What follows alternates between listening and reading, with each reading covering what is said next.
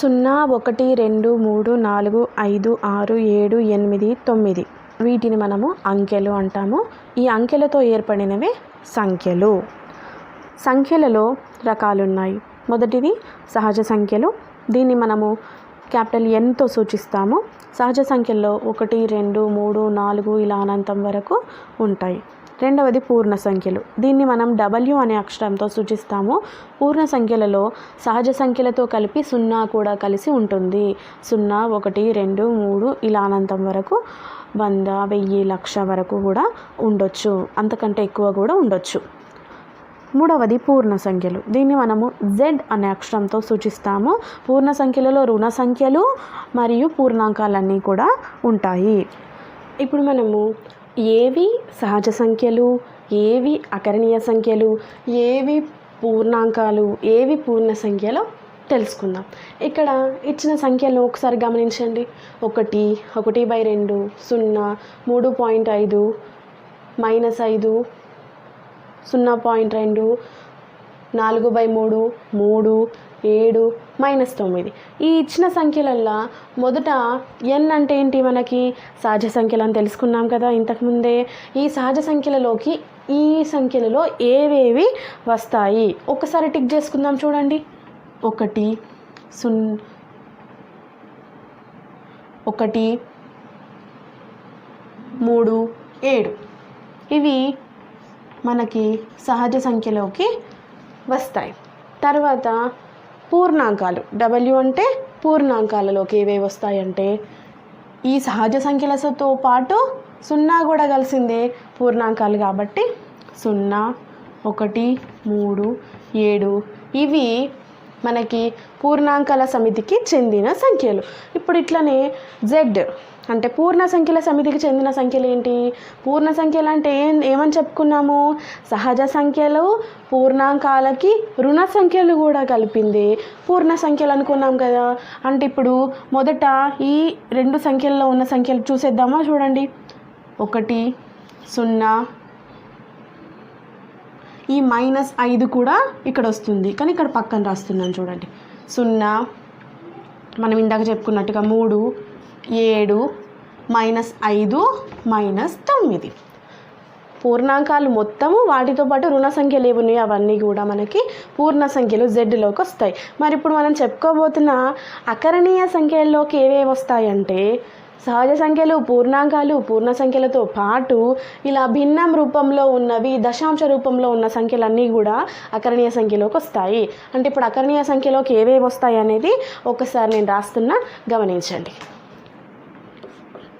1, 1/2, 0, 3.5, -5, 0.2, 4/3, 3, 7, -9 అంటే 0తో కలిపి ప్రతి సహజ సంఖ్య, ప్రతి పూర్ణాంకము, ప్రతి పూర్ణ సంఖ్యలు, ప్రతి భిన్న రూపంలో దశాంశ రూపంలో ఉన్న సంఖ్యలు అన్నీ కూడా అకరణీయ సంఖ్యలోకి వస్తాయి. అకరణీయ సంఖ్యలు అంటే ఈ సహజ సంఖ్యలు, పూర్ణ సంఖ్యలు, పూర్ణాంకాలు అన్నీ కలిపి వాటితో పాటు మనకి భిన్న రూపంలో ఉన్న దశాంశ రూపంలో ఉన్న సంఖ్యలు కూడా అకరణీయ సంఖ్యలు అవుతాయి. అంటే ముఖ్యంగా చెప్పాలంటే P/Q రూపంలో ఉన్న సంఖ్యలన్నీ కూడా అకరణీయ సంఖ్యలు అవుతాయి. అకరణీయ సంఖ్యా సమితిని Qతో సూచిస్తాము.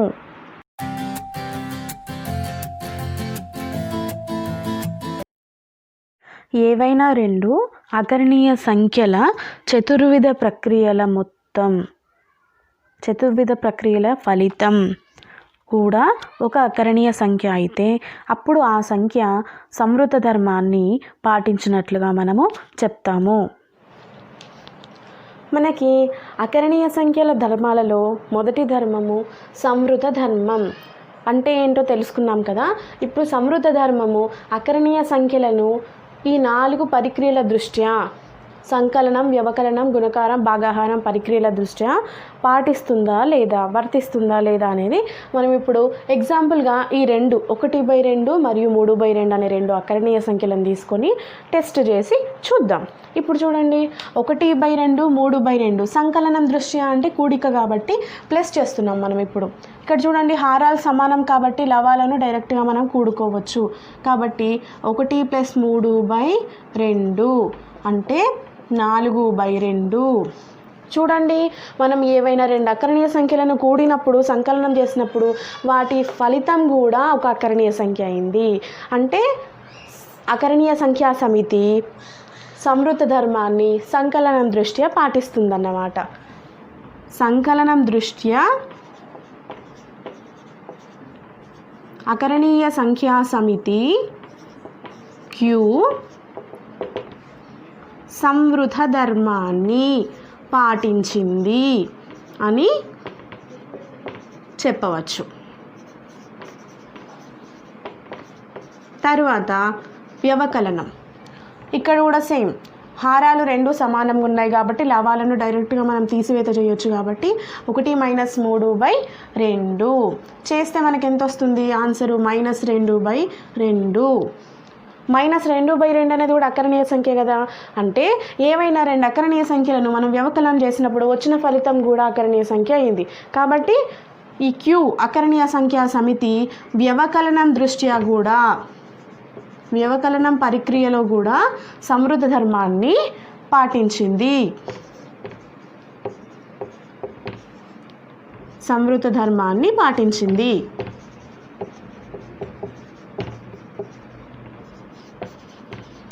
తరువాత గుణకారం దృష్ట్యా. ఇక్కడ కూడా గుణకారం అంటే మనం ఎలా చేస్తాము? లవాన్ని లవంతో గుణకారము, హారాన్ని హారంతో గుణకారం చేస్తాం భిన్నాల గుణకారం చేసినప్పుడు. కాబట్టి 1 - 3/2 4 3/4. అంటే ఏవైనా 2 అకరణీయ సంఖ్యలను గుణకారం చేసినప్పుడు కూడా వచ్చిన ఫలితము అకరణీయ సంఖ్య అయింది. కాబట్టి మనకి ఏం చెప్పొచ్చు? అకరణీయ సంఖ్యా సమితి Q అనేది గుణకారం దృష్ట్యా ఏ ధర్మాన్ని పాటించింది? ఎస్, సంవృత ధర్మాన్ని పాటించింది.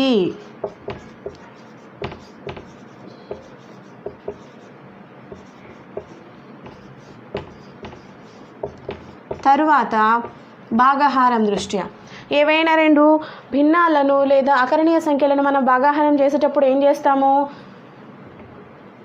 అడ్డగుణకారం చేసి భాగాహారం చేస్తాం. అంటే భిన్నం తిరగబడుతుంది. 1/2కి 2/3 అవుతుంది.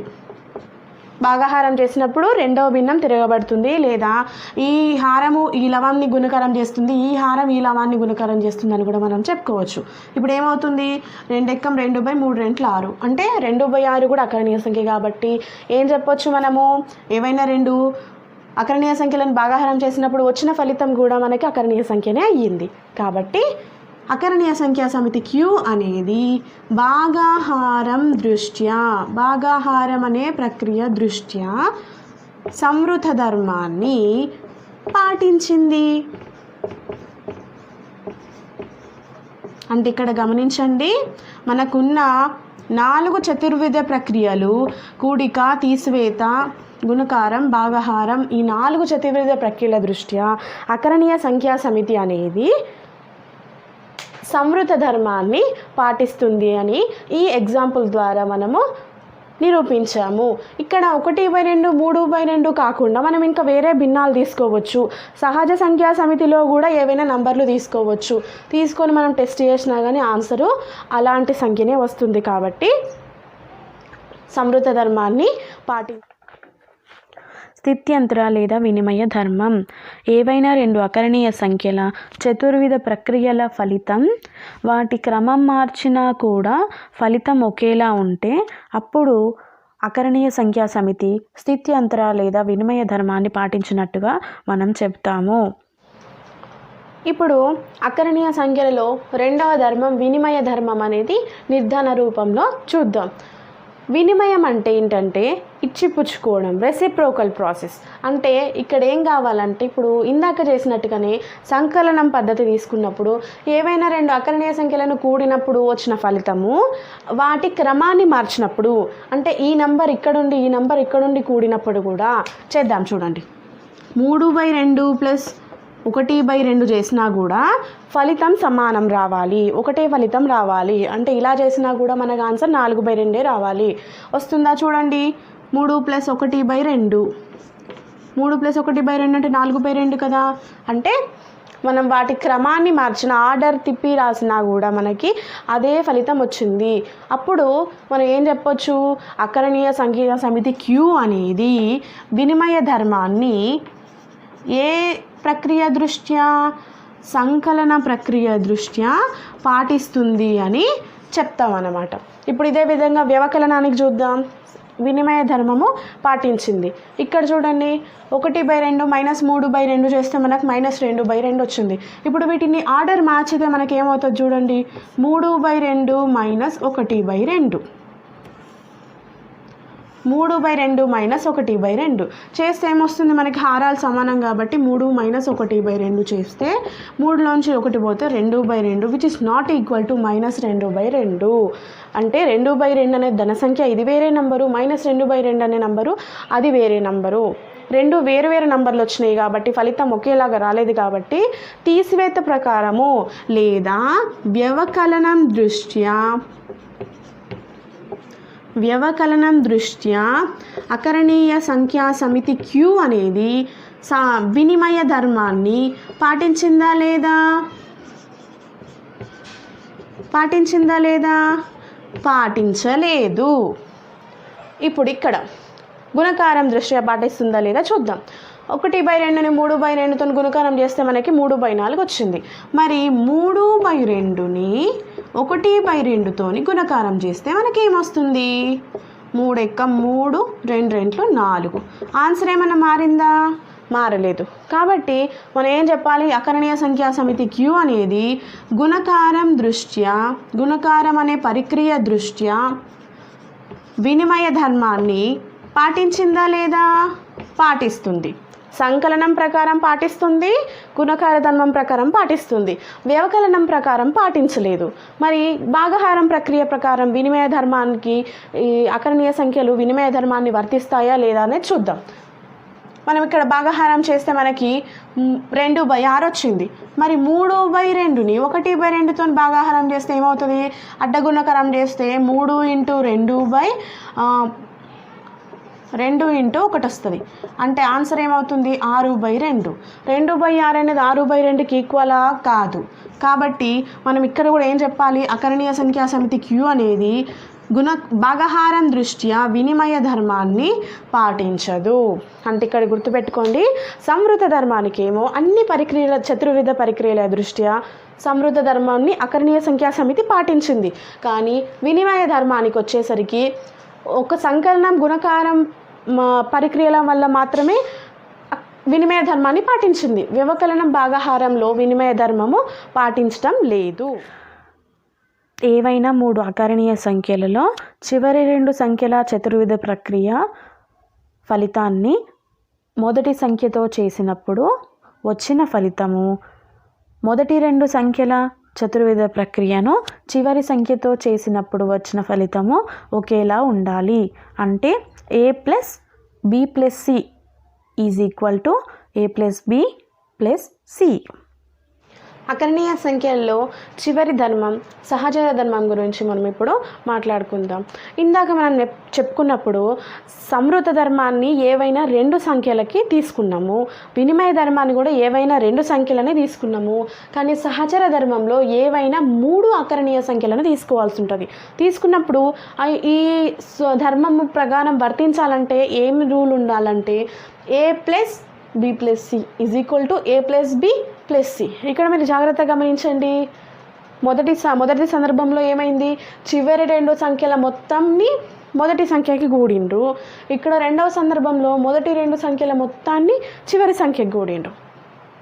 అప్పుడు ఈ సందర్భంలో వచ్చిన ఫలితము ఆ సందర్భంలో వచ్చిన ఫలితం మనకి సమానమైతే సహచర ధర్మం పాటిస్తుందని అర్థం అన్నమాట. అదే ప్రకారంగా ఇక్కడ ఇప్పుడు మనము ఏం సంఖ్యలు తీసుకుందామంటే, ఇక్కడ నేను అకరణీయ సంఖ్యలు తీసుకుంటే మీకు అర్థం కావడానికి కొంచెం టైం పట్టవచ్చు. కాబట్టి నేను సాధారణంగా సహజ సంఖ్యలు కూడా అకరణీయ సంఖ్యలే కాబట్టి సహజ సంఖ్యల నుండి ఈజీ నెంబర్స్ నేను తీసుకుంటున్నా. ఇక్కడ ఏం తీసుకుంటున్నా అంటే నేను 3, 4, 5 తీసుకుంటున్నా. 3, 4, 5 3, 4, 5 మనకేం కావాలి? మొదట 3 + 4 + 5 కావాలి. ఇక్కడ 3 + 4 + 5 కావాలి. ఇంతే కదా. అంటే A3, B4, C5 కింద తీసుకున్నా. ఇప్పుడు చూడండి, 3 + 4 + 5 అంటే 9 = 3 + 4 అంటే 7 + 5.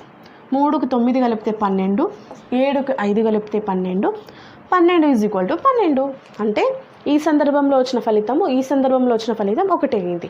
కాబట్టి మనం ఏం చెప్పొచ్చు? అకరణీయ సంఖ్యా సమితి Q అనేది సంకలనం దృష్ట్యా ఏ ధర్మాన్ని? సహచర ధర్మాన్ని పాటించింది.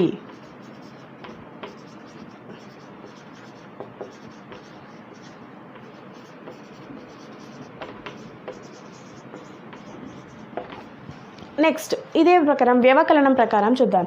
అప్పుడు ఏం కావాలి? 3 - 4 - 5 = 3 - 4 - 5. అర్థమవుతుందా? ఇక్కడ 3 మైనస్ని అలాగే ఉంచి 4 - 5 అంటే 4లోంచి 5 పోతే -1 కాబట్టి = 3 - 4 అంటే 3లోంచి 4 పోతే -1 కాబట్టి -5. ఇక్కడ ఏమొచ్చింది? 3 మైనస్ ఇంటూ మైనస్, ఇది మనం 6th క్లాస్లో నేర్చుకున్నాం. Minus into minus plus 1 = -1 -5. 3 + 1 అంటే 4, -1 -5 అంటే 2 మైనస్లు ఉన్నప్పుడు కూడుతాము. ఇక్కడ సంఖ్య -6 అవుతుంది. మరి ఇది = 4 అనేది -6కి = కాదు. కాబట్టి మనం ఏం చెప్పాలి? అకరణీయ సంఖ్యా సమితి Q అనేది వ్యవకలనం దృష్ట్యా సహచర ధర్మాన్ని పాటించటం లేదు లేదా సహచర ధర్మము వర్తించటం లేదు.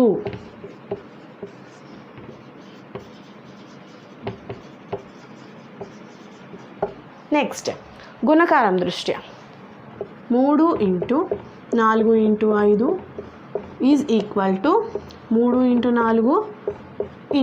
5.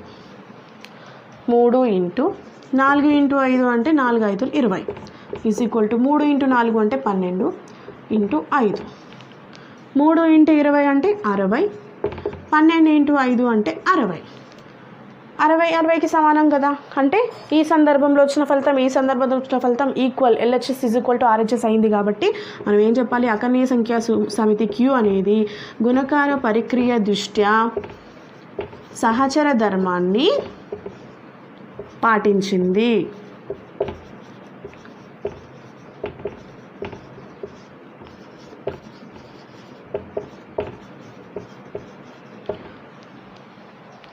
నెక్స్ట్ భాగాహారం దృష్ట్యా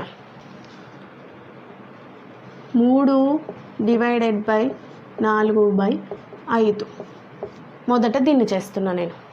4/5 చేస్తే మనకి ఎంత వస్తుంది? ఆన్సరు పాయింట్లలో వస్తుంది. దాన్ని మళ్ళీ 3/4 చేస్తే వస్తుందా? సింపుల్గా ఇంత గుర్తు. సరే, ఒకటి ఇక్కడ మనము భిన్న సంఖ్య తీసుకుందాం. మనకి భాగాహారం అనేది ఈజీగా వస్తుంది. ఇంత చిన్న నెంబర్లకు భాగాహారం చేయడం అనేది మనకు పాయింట్లలో వస్తుంది. కాబట్టి ఇక్కడ మనము భిన్న సంఖ్య తీసుకుందాం, మనకి ఈజీగా అర్థమవుతుంది. 1/2, 3/2, 4/2. ఓకే, ఇక్కడ డివైడెడ్ బై, ఇక్కడ డివైడెడ్ బై. ఇప్పుడు ఇక్కడ బ్రాకెట్, ఇది LHS అనుకోండి. ఇప్పుడు చూడండి, ఇక్కడ మనము భాగాహారం చేయాలంటే అడ్డగుణకారం ఇది ఇక్కడ చేస్తాం. కాబట్టి 1/2 అట్లే వేసుకొని 1/2 డివైడెడ్ బై 3 × 2 అవుతుంది, బై 4 × 2 అవుతుంది. 1/2 డివైడెడ్ బై 3 రెంట్ల 6 బై 4 రెంట్ల 8. ఇప్పుడు ఏమవుతుంది 1/2 డివైడెడ్ బై 6/8 అంటే ఇక్కడ కూడా అడ్డగుణకరం చేస్తే 8 పైనకి పోతుంది, 2 ఇక్కడికి వస్తుంది. కాబట్టి 1 × 8/2 × 6 ఆన్సర్ ఎంత వస్తుంది 8/12. ఇప్పుడు ఇదే విధంగా మనము అక్కడ RHS వైపు చేద్దాం. చూడండి 1/2 డివైడెడ్ బై 3/2 డివైడెడ్ బై 4/2. ఇక్కడ ఈ 2 1తో గుణకారం చేయబడుతుంది, ఈ 3 2తో గుణకారం చేయబడుతుంది. 1 × 2/2 × 3 డివైడెడ్ బై 4/2. 2/6 divided by 4/2.